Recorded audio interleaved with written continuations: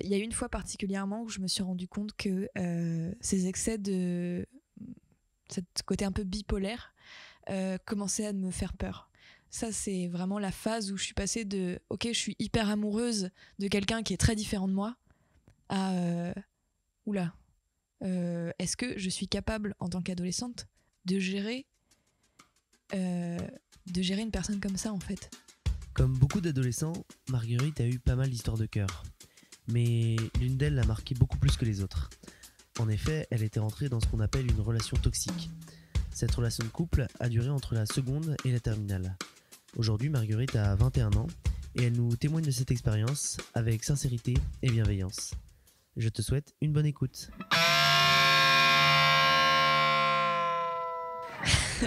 Juste, je vais faire les réglages. Vas-y. Qu'est-ce que tu veux me raconter de beau? Ah, faudrait peut-être que je parle normalement, sinon tu vas pas pouvoir faire les bons réglages. Bah. Si tu règles sur cette voie-ci. T'es au courant en fait que tout ce que je fais, j'enregistre les réglages et qu'après je m'en sers pour faire les intros d'épisodes. Ouais. Je vais peut-être arrêter de dire des conneries alors. Passons aux choses sérieuses.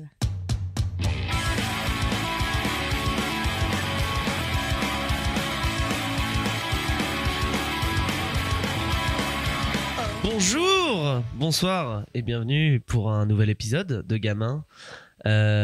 Aujourd'hui, un épisode féminin, un épisode avec Marguerite. Bonjour Marguerite. Bonjour Matt. Comment vas-tu? Ben, je vais très bien et toi? Très très bien. Marguerite, quoi tu fais de beau dans la vie? Alors, donc bonjour, je m'appelle Marguerite. Je suis étudiante là c'est la fin, mais j'étais étudiante en BTS design graphique à Montaigu, donc près de Nantes. Comme Lénaïque, Théo, Nasty, des précédents épisodes. Oui, comme la plupart de tous ceux que vous avez pu entendre jusqu'à maintenant. Voilà. Exactement. Ok. Et du coup, la suite, ça profile quoi? La suite, peut-être une L2 à Toulouse, L2 en art plastique. D'accord. Voilà, après on attend encore les réponses, c'est pas encore fixé, mais ouais, le sud, j'espère. Donc tu vas rester dans le milieu artistique? Ouais. Ok, ouais. pourquoi pas, a posteriori, t'as des projets ou pas? Ouais, peut-être. Bon, déjà, j'aimerais beaucoup voyager, je pense, voir du pays. Mais sinon, après, ouais, tout ce qui est design éco-responsable ou faire des choses de upcycling, tout ça, ça me parle bien. Alors, tout le monde n'est pas forcément bilingue dans notre... Parmi tous nos auditeuristes, qu'est-ce que de l'upcycling? L'upcycling, en fait, c'est quand tu recycles des choses, donc tu utilises des choses qui étaient peut-être destinées à aller à la poubelle, et tu en fais quelque chose d'artistique, en fait. Tu en fais quelque chose qui a une valeur ajoutée. Donc, par exemple, tu prends des vieux tissus qui étaient destinés à être brûlés ou à aller dans des décharges, et t'en fais de magnifiques sacs à vrac. C'est genre du Emmaüs d'artiste. Ah, complètement. Ok, ouais. Cool. Bien. Pour toi, ça veut dire quoi être adolescent? Alors, pour moi, l'adolescence, c'est vraiment une période transitoire entre l'enfance et l'âge adulte. C'est un moment un petit peu flou où il se passe plein de choses. Il y a des choses très bien qui se passent et pas mal de choses très nulles aussi. Parce que je pense que comme on n'est pas à même de prendre des décisions forcément réfléchies ou mesurées, au contraire, on est en train on se cherche dans les extrêmes, je pense. Ok, bon bah c'est une définition assez banale mais claire. Banale, exactement. Qui a le mérite d'être claire. J'ai plus pioché dans le Larousse là au niveau référence. Si je t'ai invité pour partager cet épisode avec moi, ouais. On a eu plusieurs fois l'occasion de discuter de ton adolescence, cette période un peu plus passée, dirais-je. Et avec toi, je voulais revenir sur un sujet intéressant qui était le couple, et plus particulièrement un peu le couple entre guillemets toxique à l'adolescence. Les histoires un petit peu compliquées qu'on peut avoir quand on sait peut-être pas forcément faire des choix. Enfin, du moins qu'on est pris par amour dans une espèce de cercle un peu vicieux qui nous fait pas du bien, je pense. Mais j'ai l'impression que ça arrivait à pas mal de gens en fait qui s'est passé, qu'ils aient eu du mal en fait, qu'ils étaient dans des relations toxiques, qui se rendaient pas compte qu'ils se faisaient plus de mal que de bien dans leur relation. Et c'est pour ça du coup que je me suis dit que tu aurais été un bon exemple pour en parler. Eh bien. Si ça ne t'importe une guerre. Eh ben du tout, puisque je suis ici. De toute façon, c'est trop tard. De toute façon, c'est trop tard. Alors, comment il s'appelle? Il habite où? Aujourd'hui, on ne dira pas les noms. Voilà, il n'y aura pas les noms. Dans un anonymat. Vous pouvez Pierre, Paul, Jacques. Vous l'appelez comme vous voulez, vous l'imaginez comme vous voulez, mais non, l'histoire c'est Pierre, c'est Pierre en fait. Pas du tout. Du coup, alors, par où commencer? Tes histoires de couple, elles ont commencé quand? Alors j'ai commencé à avoir des copains, je pense, enfin je sais pas si on peut appeler ça des copains, j'ai commencé à ressentir un peu des papillons dans le ventre dès la 5e, je crois 6e, 5e. Si, je pense qu'on peut parler de couple. Pour moi, genre, en primaire, ça reste toujours des amourettes de bac à sable, mais je pense qu'arriver au collège et rentrer dans tout ce système-là, je pense qu'on peut parler à partir de d'histoires de couple. Ouais, c'est des petites amourettes, c'est des petits couples qui se forment au collège. Alors il y a des histoires, on se pique les copains, on se les redonne. Oh, il veut plus être avec toi parce que t'es trop coincé ou parce que nanani nana. Enfin bref. Est-ce que tu veux pas sucer, wesh? C'était une blague. Moi, c'était une véritable raison enfin, pas de moi, mais il y avait une personne dans mon collège qui avait été quittée par son mec en 5e parce qu'elle ne voulait pas le sucer. Ah, c'est tout quand même, t'habites où? Hein? En Mayenne. Non. 5-3 représente.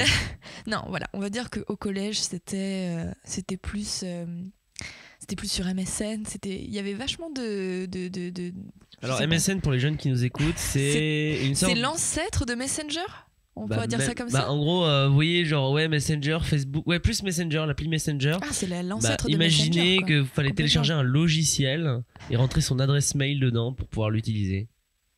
Ouais. Ah ouais, Messenger, tu te rends compte? Donc bon, voilà, je discutais, j'envoyais des petits messages, on s'aimait follement dans le secret, on se faisait un bisou rapido avant la sortie du collège. Là, c'est avec ton premier mec. Ouais, puis j'en ai eu un autre, enfin, c'était vraiment des petits amours comme ça de collège, quoi. Sachant que tu es une femme hétéro. Oui, voilà, je suis attirée par les garçons. Okay. Donc dès l'adolescence, j'ai senti cette attirance pour les garçons. Je l'ai peut-être un petit peu remis en question à un moment donné, mais très vite j'ai compris que c'était bien les garçons qui m'attiraient. Okay. Voilà, donc de fil en aiguille, j'ai eu 1, 2, 3 copains vite fait comme ça au collège. Et ça se passait comment? Bah, ça se passait bien, parfois c'était un petit peu dur, j'avais des grandes crises de larmes parce qu'on se quittait ou enfin bon, voilà. Et une semaine après, ça allait mieux. Oui, voilà, c'était tout à fait ça. Mais les relations en soi, si tu y réfléchis aujourd'hui, elles étaient tout de même dans une bienveillance? Ouais, okay. Je crois qu'on était quand même vachement... En fait, à la fois on était bienveillants, puis à la fois il y avait une pression. Je vois ça avec ma petite sœur qui a 11 ans en fait aujourd'hui et qui a son premier copain dont elle est follement amoureuse. Et puis il y a toujours tout le monde autour qui est là, allez, faut s'embrasser. Alors ça paraît hyper bizarre aujourd'hui, on imagine, on se remet dans le contexte, on essaie de... Si on fait ça avec nos yeux de gens de 20 ans... C'est quand même un peu du harcèlement. Voilà, totalement. Du harcèlement. Mais pourquoi tu l'embrasses pas? Mais embrassez-vous, allez-y. Et c'est hyper... ça te met vachement la pression, mais à la fois... on te met la pression pour des choses qui sont quand même assez mignonnes, se faire un petit bisou, donc forcément quand tu fais un bisou qui est tant attendu par tous les gens qui te regardent, tu te dis oh, c'est pas si grave, c'était bien, en fait c'est ça, être amoureux, c'est vrai, ils avaient raison de me pousser un petit peu parce qu'en fait c'était cool. Et donc ça voilà, ça reste, je pense, dans les relations, les premières relations où t'expérimentes juste, tu sais ce que ça fait de lèvres qui se touchent les unes l'une sur l'autre, ce que c'est d'être proche d'un garçon, de lui faire un câlin, il te laisse ton écharpe, ça sent lui, tu le sens toute la nuit, c'est fou, tu te dis punaise c'est ça en fait. Là, généralement ça pue le déodorant Playboy ou Axe. Moi je trouvais pas que ça puait, justement, je trouvais que c'était fou, je trouvais que ça sentait bon, sachant que j'ai que des sœurs, donc moi tu vois la testostérone, les hormones mâles, j'en ai jamais senti chez moi, alors... Non, c'était fou. En même temps, ça aurait été chelou que tu respires un peu les vêtements si t'avais des frères. J'aurais pu les sentir malgré moi. Enfin, glauque. Non, mais malgré moi, dans le sens, voilà, t'es dans la chambre juste à côté, forcément. Ouais. On va pas s'attarder là-dessus sur les... Ouais. Et à partir de quel moment ça... C'est devenu compliqué? Ouais. En fait, voilà, c'est la relation la plus compliquée que j'ai eue. J'étais en seconde, donc j'avais 16 ans. Ouais, 16 ans. 15, tu pars de 15 à 16 ans, ouais. Ouais, c'est ça. Je crois, oui, je sais qu'en quatrième, t'as 14 ans. Donc troisième, c'est un très bon mémotechnique, voilà, Quatrième, 14 ans, ouais. quatrième, donc 15 ans, troisième, 16 ans, seconde. Ouais, c'est ça, tu passes des 15 à 16 ans, je dirais. Voilà. Et donc du coup, j'étais célibataire à ce moment-là, j'avais plein de copains dans le petit village, petite ville, 10 000 habitants quand même, La Ferté-Bernard, donc là où j'habite, et en Sarthe. Et puis en fait, il y avait un copain, ma grande sœur, donc qui avait 2 ans de plus que moi, qui m'envoyait des messages par Messenger. Oui, on était déjà passé à Messenger. RIP MSN. RIP MSN, je sais plus à partir de quand il est mort, mais en tout cas, là, il était mort. Et il m'envoyait des messages, et puis je répondais pas forcément, parce que c'était le copain de ma sœur. Non, c'était un très bon ami de ma sœur. Et puis voilà, donc je le croisais de temps en temps à la maison, il faisait partie du cercle d'amis, donc il faisait partie de mon entourage, et de loin je sentais que je lui plaisais, voilà. Et je n'étais pas forcément encore rentrée dans cette phase d'acceptation de la drague, et voilà, j'ai pas saisi la perche, quoi. À cette période-là, toi, tu étais comment dans ta tête Dans ta tête, dans tes relations, dans ton corps, enfin, c'était quoi ton état d'esprit en fait à l'époque? J'étais vraiment dans l'expérience, je pense. Ok. Aujourd'hui, je suis vraiment dans une prise de recul. Je me rends compte de beaucoup de choses que j'ai faites et que je regrette plus ou moins, ou que je trouve bénéfiques par rapport à la personne que je suis aujourd'hui, d'avoir testé des choses. Mais c'est vrai qu'à ce moment-là, j'étais vraiment dans le moment présent, quoi. Je prenais les relations qui arrivaient comme ça. Est-ce qu'on peut dire que t'étais un peu carpe diem? Ouais, complètement. Totalement. D'ailleurs, je me suis fait tatouer. Non, mais non, complètement. Mais donc je me rendais pas du tout compte, et je pense que du coup, le fait d'être tellement dans le moment présent comme ça, d'apprécier les choses qui venaient, de se dire ok, vas-y, c'est cool, je me suis pas vraiment rendu compte du côté toxique qui arrivait petit à petit. Ok. Donc en fait, voilà, donc il m'a envoyé ce message, et il m'a envoyé ce message, et un jour il m'a dit j'ai vraiment envie de te parler. Donc il est venu me parler, il m'a avoué que je lui plaisais vraiment, qu'il commençait peut-être à ressentir un petit peu quelque chose pour moi. Et moi je lui ai dit écoute, voilà, j'ai pas envie que ce soit compliqué avec ma grande sœur, t'es son super pote, j'ai pas du tout envie qu'il y ait une espèce de rivalité entre sœurs, voilà, qui soit complexe. Donc je peux pas trop te dire quoi que ce soit. En fait, j'étais même pas dans le est-ce que je t'aime ou je t'aime pas. C'est juste, il y avait la C'était- barrière de t'es un pote de ma sœur. Voilà, c'est Ok. ça. À ce moment-là, c'était vraiment ça. Et puis en fait, ma grande sœur, à ce moment-là, s'est mise avec quelqu'un.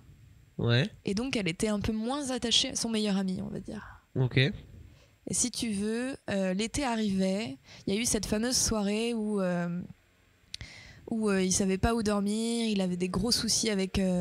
C'est bien, il y a pas du tout de bruit dans la rue juste à On côté. arrête là pour l'instant. Tu on comprends? va faire une pause. On va faire une pause.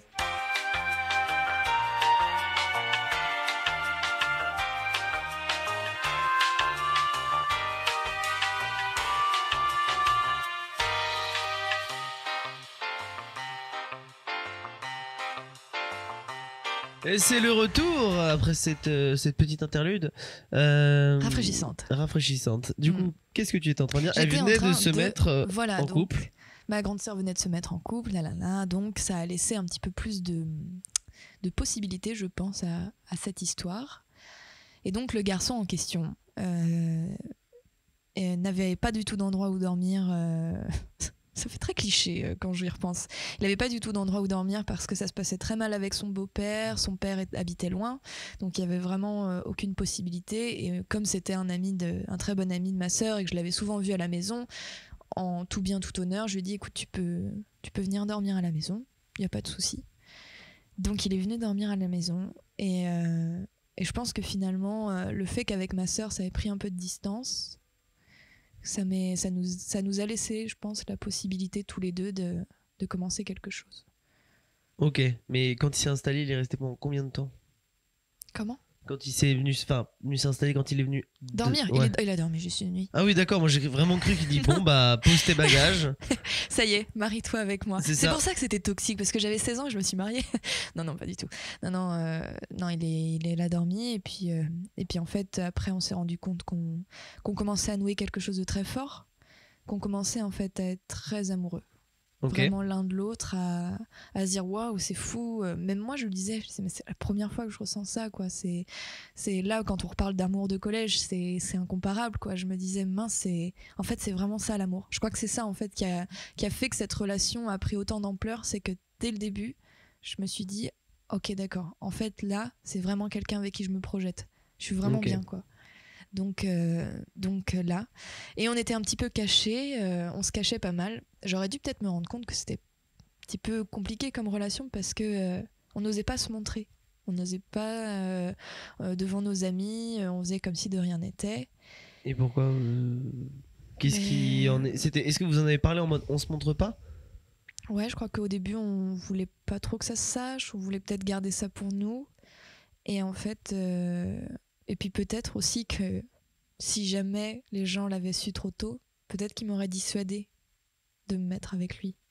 Parce qu'il y avait déjà des choses qui tournaient. Ouais, c'est-à-dire que c'est un garçon qui est très impulsif, à qui il est déjà arrivé pas mal de malheurs, qui a peut-être été aussi à l'origine de pas mal de choses dont il est peut-être pas très fier, mais sur lesquelles il a peut-être, enfin, il s'est déjà peut-être remis en question, mais bon, qu'il a quand même fait.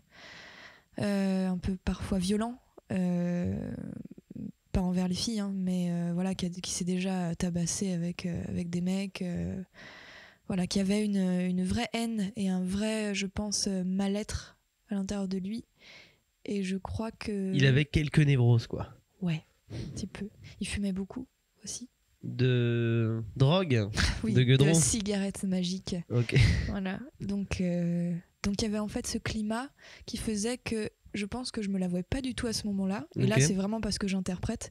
Mais en fait, c'est comme si je savais qu'il fallait que je le garde un peu pour moi, cet amour. Qu'il fallait pas que j'en parle trop et que... T'étais déjà consciente un peu de c'était un peu interdit. En fait, moi, je m'en rendais déjà compte que la personne pas que c'était interdit, mais que la personne était avait peut-être un côté un peu plus bresson. Ouais, et je crois que c'est ce qui me plaisait et ce qui à la fois faisait que cette relation devenait une partie un peu à part de ma vie, quoi. Je pouvais plus la partager totalement avec mes amis.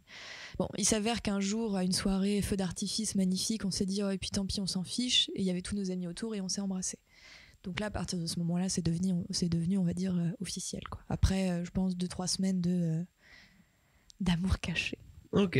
Voilà. Et ensuite, comment les choses et c'est là que les choses ont commencé à se compliquer un petit peu. Ok. En fait, transition. Transition, tata. Ce qui s'est passé, c'est que ce garçon-là, ça se passait toujours aussi mal avec son beau-père. Donc il a décidé d'aller habiter chez son père à Tours. Donc c'est à 1h30, je crois, de route de là où j'habitais. Ok. Et du coup, à partir de ce moment-là, on a vécu un amour à distance. Et ce qui se passe, c'est que c'est un garçon qui avait, son papa aussi, une situation difficile financièrement. Ils avaient du mal à payer le loyer, ils avaient du mal à finir les fins de mois, etc. Donc ils vivaient dans vachement, je dirais, une certaine pauvreté quand même. Okay. Et moi, de mon côté, j'avais une famille. Mon père est directeur général d'une entreprise, ma mère est enseignante. Donc, si tu veux, il y avait déjà dans nos deux profils un vrai fossé. On était vraiment le yin et le yang, quoi. Le Roméo et Juliette. Ouais, il y avait lui qui était voilà, très sombre, très puis à la fois quand même très joyeux. Enfin, il y avait une part en lui qui était que j'appréciais énormément parce qu'il me faisait rire, voilà. Mais moi à côté, tu vois, j'étais la fille limite éducation de droite, qui est en L, qui est un peu le dictionnaire pour lui. Des fois, il m'appelait son dictionnaire. Enfin voilà, donc il y avait une histoire un petit peu excellent surnom de film. Non, mais enfin, bref. Du coup, je sais plus où j'en étais. Oui, donc il a déménagé. Il a déménagé. Ok. Et comme il avait pas de sous, eh ben c'est souvent moi qui venais. dans cette D'accord. maison où il était tout seul parce que son père habitait avec sa belle-mère. Et donc du coup, mes parents ont commencé à voir ça d'une manière un petit peu... Inquiète. Voilà. Parce Mhm. que je partais souvent le week-end. Est-ce qu'on peut leur en vouloir? Non, je pense pas. Non, non, non. Non, et puis mes parents, en fait, avaient peut-être un mauvais regard sur lui parce qu'il y avait un de leurs super amis, à mes parents, Mhm. qui est prof d'anglais et qui l'avait eu comme élève. Et qui avait dit cette phrase. Il n'y a pas beaucoup d'élèves vraiment que j'ai mis dehors ou pour qui j'avais vraiment un mauvais ressenti, quoi. Pour qui j'avais, voilà. Et il a dit sauf lui. Donc si tu veux, mes parents, ils avaient déjà un peu une idée de la personne que c'était, quoi. Ok. Voilà. Donc moi, j'étais quand même toujours très amoureuse. Puis c'était pas, il me frappait pas. Tout allait bien. On rigolait bien, on s'amusait bien. C'était fou. On faisait des balades dans Tours. Voilà. Mais c'était. Il y a quand même eu des moments où il avait des excès de colère en fait. D'un seul coup, il passait de chat à ours. Lion. Lion, genre Loup. Scar. Loup, dragon plus. Tu vois. Dragon, ok. Ouais. Ouais, j'avais plus l'impression que c'était la princesse amoureuse du dragon. Des fois, c'est un peu ça. Non, mais c'est vrai. C'est un peu cucu. Mais à cette fois, j'étais en seconde. Je suis une princesse amoureuse d'un dragon. Non, mais j'étais en seconde. J'étais très mélancolique. J'étais en L aussi, il faut le rappeler. On te comprend, le dictionnaire. Voilà. Donc, je peux t'appeler le dictionnaire tout le reste de cette bien sûr. Bonjour, on refait l'intro. Bonjour, je m'appelle Dictionnaire. Et il y a une fois particulièrement où je me suis rendu compte que ces excès de ce côté un peu bipolaire commençaient à me faire peur.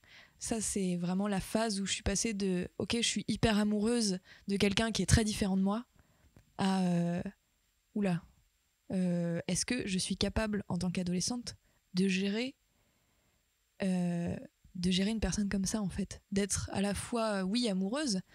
Parce que du fait qu'il n'y avait pas trop un cercle familial, tu te retrouvais à être sa copine et sa maman. Et sa maman, et ouais, c'est ça. Ouais. Et je pense que j'aimais vraiment ça, pouvoir être là pour lui. Et je pense d'une certaine manière, j'avais un peu envie de le sauver. Mais quand t'as 16 ans, qu'en plus de ça, t'es l'amoureuse, enfin, tu peux rien faire, quoi. Voilà. Donc je me suis rendu compte, je reviens à ce que je disais, je me suis rendu compte que ça devenait un petit peu compliqué et un peu dangereux à partir du moment où il y avait son clavier, qui était son clavier d'ordinateur, qui partait complètement en ruine. Et donc il y avait des touches qui s'enlevaient. Et comme elles commençaient vraiment toutes à s'enlever, ben on les a toutes enlevées et on a commencé à écrire des mots avec. Et voilà, c'était rigolo, quoi. C'était un petit moment de couple, un petit moment fusionnel. Et on écrivait des mots, on se tapait des barres, c'était rigolo. Et à un moment, il m'a écrit un truc du genre je t'aime ou un truc mignon. Je trouvais ça super mignon. Puis après, j'ai changé les lettres pour écrire autre chose. Et alors là, ça l'a complètement mis sans dessus dessous. Il a tout balancé, il a jeté toutes les lettres et il est parti dans sa dépendance, dans la maison qui était juste à côté. Alors moi, je suis restée sur le canapé. Et pour quelle raison ? Ben justement. Je suis restée sur le canapé en me disant mais qu'est-ce que j'ai fait ? Qu'est-ce qui s'est passé ? Je crois pas avoir fait quelque chose de mal. Enfin, du moins, j'ai rien fait de spécial. T'as bougé sa lettre. J'ai défait son mot. Et du coup, je me suis dit mais qu'est-ce qui va pas chez moi ? En fait, d'un seul coup, si tu veux, avec le manque de confiance d'une adolescente, je me suis tout de suite remis en question moi. Je me suis dit mais qu'est-ce que j'ai fait de mal, etc. Mais c'est souvent comme ça quand il y a des relations toxiques ou quand il y a des choses qui se passent et que tu comprends pas. La première chose ce qu'on fait, c'est que c'est bien des fois de se remettre en question, mais des fois objectivement le fait est que c'est la personne qui des fois a un problème, mais c'est tout de suite nous qui nous positionnons en tant que au lieu de des fois on est la victime de certaines choses et on se place en tant que bourreau, quoi. C'est ça. En fait, j'étais souvent là pour lui remonter le moral et donc du coup les fois je trouvais qu'il avait tellement de malheur, si tu veux, que quand à un moment donné il était malheureux à cause de quelque chose que j'avais fait, je me disais mais je peux pas lui rajouter ça comme malheur et j'essayais d'être la plus parfaite possible.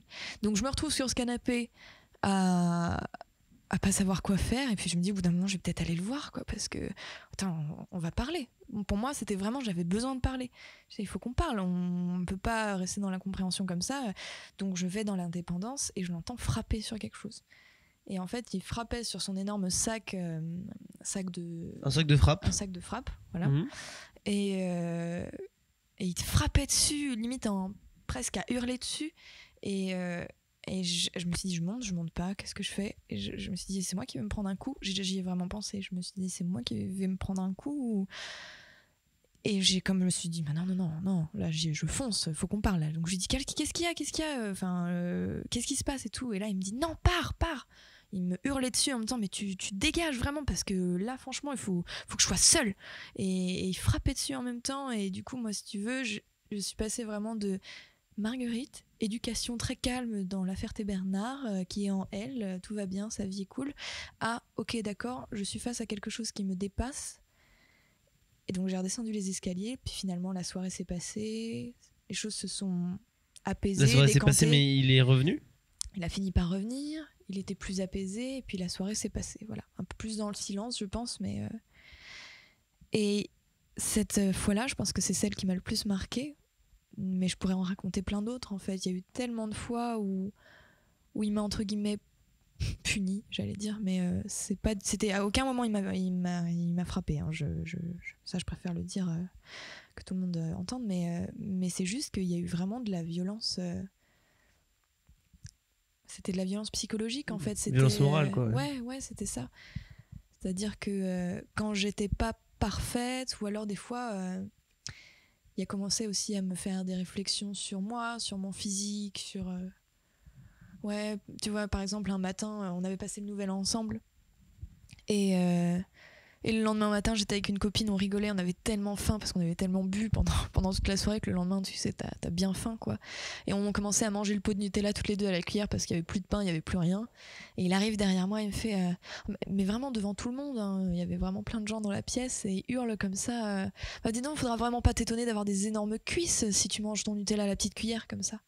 Donc des choses, tu vois, qui venant de celui que t'aimes, normalement, qui t'apporte énormément, qui... Sur un tantinet déplacé. C'est un tantinet pas agréable à entendre, surtout devant tout le monde. Donc si tu veux, l'humiliation a fait que petit à petit, je me suis posé beaucoup de questions. Ok, et du coup, tout ça a fait qu'aujourd'hui, vous n'êtes plus ensemble? On n'est plus ensemble. Comment ça s'est terminé?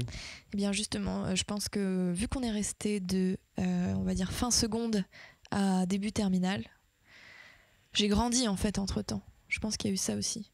J'ai pas mal grandi, et plus il y avait des moments de colère, des moments d'humiliation, des moments de violence, plus je me suis dit...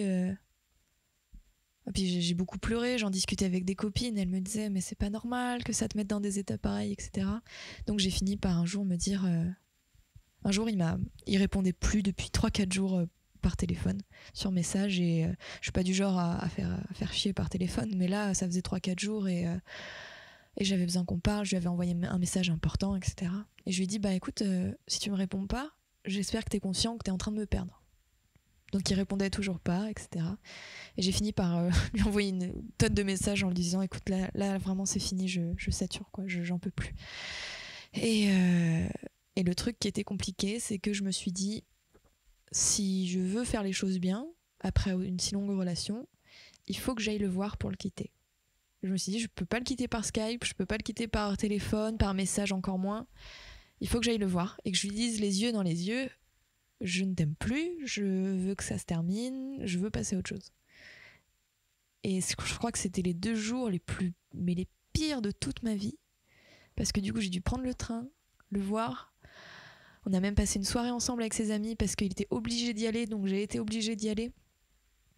Et toute la soirée hyper alcoolisée, à me répéter qu'il m'aimait, à m'embrasser, puis à se mettre à pleurer, à aller pleurer dans un coin, tomber par terre comme ça en me regardant, en hurlant, en disant t'es un monstre, t'as vu ce que tu me fais et tout. C'est cool pour la confiance en soi. Complètement. Ah ouais. Ah bah quand t'es en train de te forger tout au long de la seconde, heureusement que j'avais de super amis parce que c'est pas super chouette, quoi, comme image que ça renvoie. Et moi, si tu veux, je savais très bien qu'il avait une vie pas cool et tout, donc... Ok. Voilà, donc j'ai fini par reprendre le train. Enfin, il m'a accompagnée à la gare le dernier jour et je crois qu'il commençait à comprendre que c'était pour de vrai. Et au moment où j'allais monter dans le train et que je le regarde, donc il y avait des grands silences, faut imaginer que c'était quand même assez pesant. Combien d'années de relation t'as dit? Moi, c'était 1 an et demi, je crois, à peu près. Ce qui est non Ce qui est négligeable. non négligeable, ça laisse le temps de se découvrir, quoi. Et au moment où je monte dans le train, donc je mets mes 2 pieds sur le train et je le regarde toujours, lui, qui était sur le quai, et il me dit, tu sais, je pourrais te prendre par le bras là, te faire descendre du train et tu louperais ton train. Et alors là, j'ai regardé, je lui ai dit au revoir machin. Voilà, j'ai dit son prénom. J'ai dit au revoir et je suis partie, je me suis assise dans le train et alors là, j'ai dit d'accord, c'est bon, c'est fini. Et je me suis vraiment promis que je ferais toujours très attention aux personnes avec qui je me mettrais parce qu'on peut pas sauver la personne qu'on aime quand on a 16 ans, quoi. Bah, de toute façon, l'amour, ça peut être la meilleure comme la pire des émotions, quoi. Parce que ça peut Exactement. t'apporter tellement, Ouais. mais ça peut tellement te détruire. Mais justement, c'est ça en fait que j'ai compris dans cette relation-là. Mais c'est avec du recul, hein, évidemment. Bien sûr. Mais c'est juste que les amours en fait qui sont autant dans les extrêmes, parce que c'était le cas, c'est-à-dire qu'on vivait des amours intenses, on se regardait, on avait juste rien besoin de se dire et on savait qu'on s'aimait très fort. Mais il y avait des moments tellement violents que tu peux pas faire un grand écart comme ça et parler d'une relation saine. C'est ça. Et à partir du moment où dans une relation tu fais des si grands écarts, c'est que la relation elle ne t'apporte pas en fait. Et je crois que les gens parfois on croit être vivants dans des relations comme ça et ont peur peut-être de s'ennuyer dans des relations qui sont peut-être un peu plus mesurées, alors que finalement je me suis rendu compte qu'en grandissant c'était ce dont j'avais besoin, une relation plus mesurée. Ok. Voilà. Et bon, voilà quoi. Pardon, Non, du coup, là, on va tranquillement commencer à arriver à la fin de cet Déjà entretien. Ah bah, j'ai beaucoup parlé. le temps passe si vite en bonne compagnie. Non, Ah. je sais pas, on est à combien? On doit être on est à plus de 30 minutes, là, quasiment. Ah ouais, déjà. Mais ouais. Non, mais c'était hyper intéressant, en tout cas, tout ce que tu viens de raconter, parce que je pense que c'était pas un cas isolé, quoi. Je pense qu'il y a pas mal de... S'il y a des jeunes garçons ou des jeunes filles qui sont dans cette tranche d'âge, la période un peu seconde jusqu'à la terminale, c'est des choses qui arrivent, quoi. Ouais. Et si jamais justement il y avait des jeunes comme ça qui nous écoutaient, qu'est-ce que tu aimerais leur dire? D'écouter les amis, je pense. Parce que c'est pas pour rien qu'on s'entoure de gens qui nous ressemblent. C'est qu'à un moment donné, quand on est un peu aveuglé par l'amour, et bah tes amis, c'est un peu ton toit, mais qui est pas aveuglé par l'amour, donc il est capable de te dire les choses que tu as besoin d'entendre. Et si tu veux, moi, c'est ce qui m'a aidé en 1 an et demi à assimiler le fait que, bah en fait, non, c'était pas normal ce que je vivais. Et plus mes amis me réconfortaient, me disaient tu sais, on sait que t'es amoureuse, mais là c'est trop, quoi. Et bah c'est trop, j'ai fini par lui donner plus d'importance que je suis amoureuse. C'est important vraiment à ce moment-là de savoir écouter ses amis. Et puis aussi de se rendre compte que, et c'est la chose la plus dure, je pense, parce que ça fait énormément de mal, c'est se rendre compte qu'on s'aime pour ce qu'on a été plutôt que ce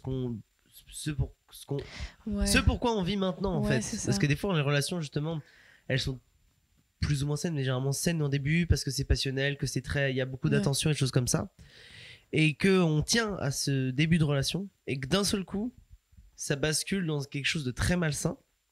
Et qu'en fait tu dis non, bah non, ça a été comme ça peut pas être. Ouais, et puis il y a toujours des petites brèches, il y a toujours des moments où ça revient. C'est ça le truc, c'est que pour 4 heures horribles à attendre sur le canapé qu'ils reviennent parce qu'ils faisaient la gueule, etc., il y avait quand même 1 heure où c'était hyper intense.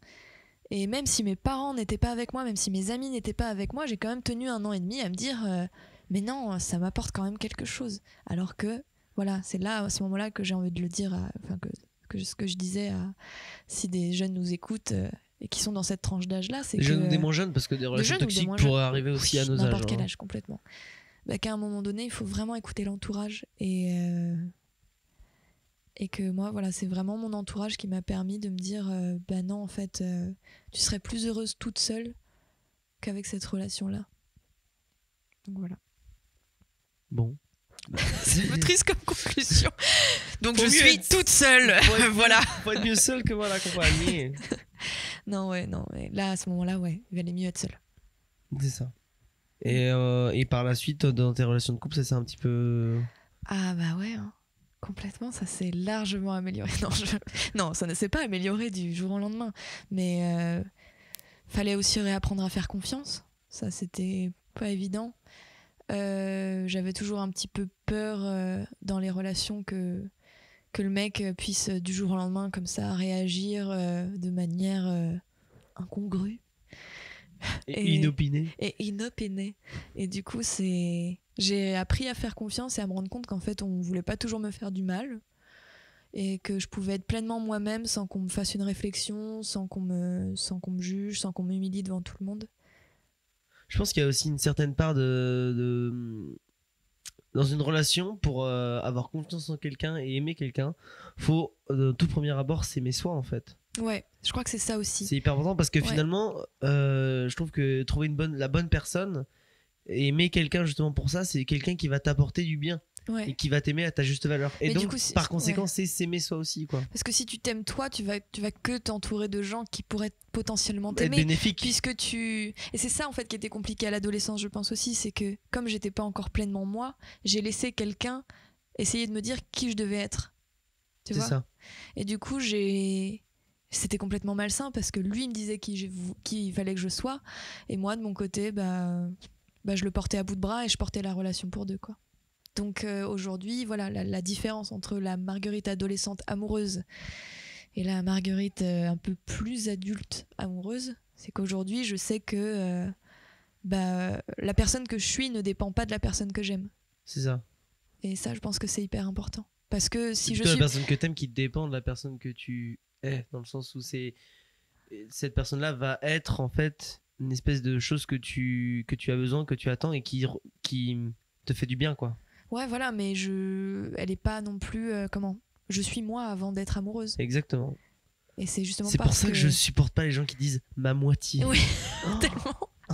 Non mais là c'est parce qu'il y a ma moitié qui arrive, mais ça veut dire que t'es une demi-personne en général. Non, c'est ça le truc aussi, c'est que n'attendez pas qu'une personne vienne vous compléter, soyez une personne entière et voilà. Et les personnes entières viendront à vous. Soyez deux.